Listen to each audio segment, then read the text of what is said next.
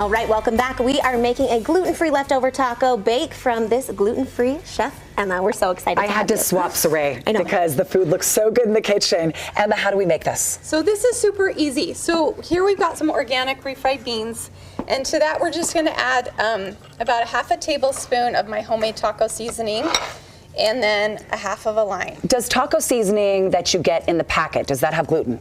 You can get gluten-free taco seasoning. Okay. But to me, it's just healthier in my mind, and it's cheaper because I buy my seasonings in bulk, and then I just have a jar, and it's always ready. I don't have to. Yours looks amazing and tastes amazing. Can we buy that? Is that something that we can purchase? No, but you can make it yourself. Okay. Maybe someday. I know I was going to say maybe someday. Well, we were chatting during the break, and don't you think gluten-free eating has come so far in the past decade? Leaps and bounds better. It was so much easier when my kids were diagnosed last year. So what you're going to do is just put this in an oven-safe dish, whatever size you have. Okay. And you're just going to spread this on the bottom. As you're doing that, Emma, you are such a good mom because she told me you're not gluten-free, right? But your kids are. I'm gluten intolerant. Okay. And I have 3 kids with diagnosed celiac disease. And I found out my grandfather had celiac disease, but I didn't know that until my kids were diagnosed. So you've had to shift your entire lifestyle this past year. We changed everything. So, but you can do that and be successful, and your kids. Was it tough initially? It wasn't as much because we've been dealing with food allergies since one of my kids was like 18 months. So it would just shifted.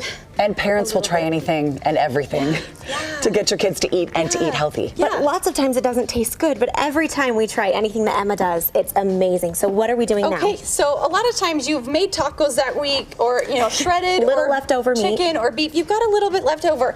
You can make a whole new meal by just mixing them together. So I like, since it's Super Bowl, we're gonna have 2 teams here. We're gonna have Team Chicken and Team Beef. And so just do half and half, then people can choose whatever they like. Did you put your taco seasoning on the chicken too? Yeah, so this chicken is seasoned with fresh cilantro, fresh lime juice, and taco seasoning, and a really good olive oil. That's all that's in it. It's super, super good. Then you're just going to sprinkle some peppers or whatever vegetables you want to sprinkle on there. And both teams have to eat the veggies. Those my go kids on will both just sides. pick those off. They're always like, "Can you leave those off?"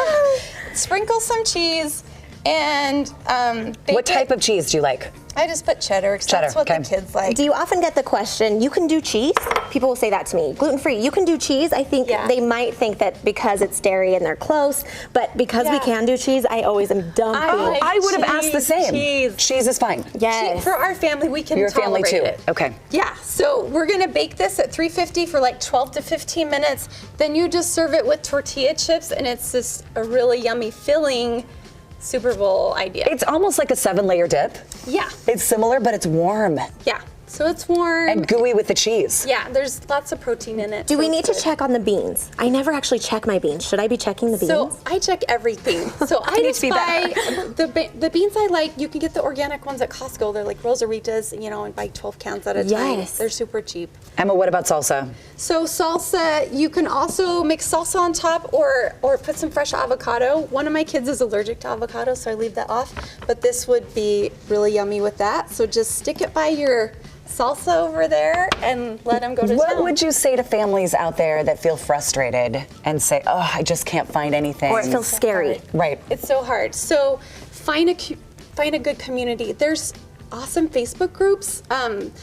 That's where I found a lot of help, and you can just vent there and be like, oh, I didn't have anything to eat at my work party, and everyone will be like, it's okay, we love you, and so look for people to rally around you, find neighbors to help support you. There's so much information out there now. We've all adjusted here on Good Things Utah because we often forget and say, okay, this was in the kitchen, come try it, and you've been better at saying, I can have this, but not that. But actually, when you do you guys have done such a good job of trying and to even have cookies set to the side sometimes, and just so you know, it means the world, right? Doesn't it mean the world when people just try? You just want to cry, because they cared enough to give you a special cookie. Is it weird that I want to cry every time you're in the kitchen? Tons of gluten-free recipes online at mylifeaftergluten.com. That's where you can find all of her information. Of course, she's also on social media.